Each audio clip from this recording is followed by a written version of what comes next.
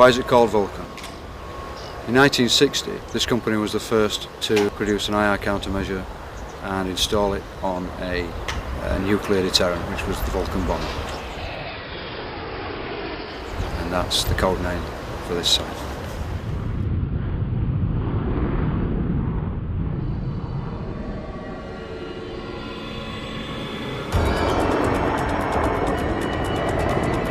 Providing the best possible protection to our forces at a time of high operational tempo is absolutely crucial, and countermeasures, and air countermeasures in particular, are a truly vital element of this protection, and Esterline Waller is an absolutely key supplier to the MOD. I mean, just to give you a flavour, I work in a weapons operating centre, and every single week we have a detailed operations brief reflecting on the performance of the full spectrum of complex weapons and munitions on current operations, and in Afghanistan in particular. And what is very striking is that the performance around countermeasures in particular has been outstandingly good.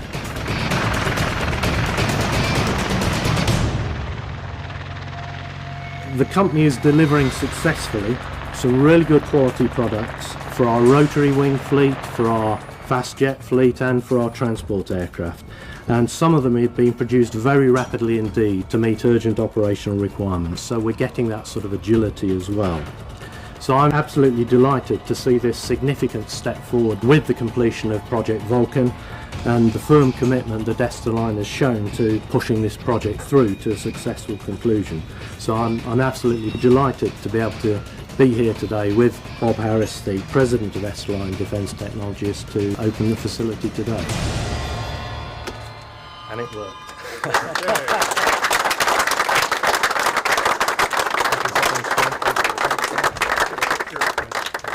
The company's been waiting for this site for a long time.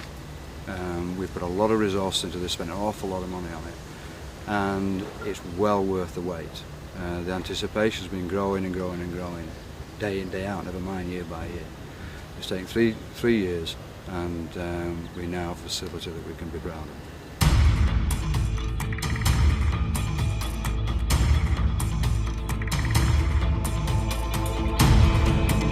2007, really the concept was born for a new facility that would improve the safety side of the business, incorporating all the aspects of lean that we've learnt over the last few years, and to make sure that we were more efficient than ever before. We did walk-rounds of Vulcan in its early stages.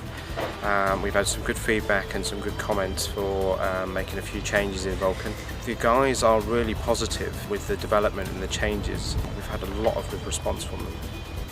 The facility will enable us to produce about 450,000 units a year, compared to a north site, which is 180,000 a year. I mean, that is one hell of an achievement. That is a massive improvement. As to regards to the environment's going to be a lot different. Environmentally controlled, they're not going to have to worry about their humidities. And just the way the building's designed, it's going to be a lot more comfortable for them to operate in, and it's purpose built for it. We can turn product around much quicker than before. We can produce 3-4 products at once. When you design a building, you need to make sure that you look at every safety aspect. You have to base your calculations and your building on worst case scenario. If you're dealing with explosives, there is always a risk. We've taken away the manual work within the process so that people are not exposed. It's behind shields. If there is an incident, then it's a controlled incident. These are the kind of things that we're thinking of all the time. Trials and tests are carrying on now to finalise equipment positioning, building management systems, things like that. We're almost ready to start. It won't be long, and we'll be underway. Can't wait.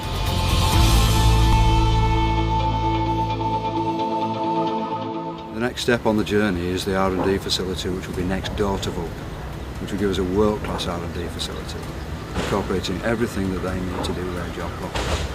And their work on that will start at the back end of this year, towards the end of 2010, backed by the MOD.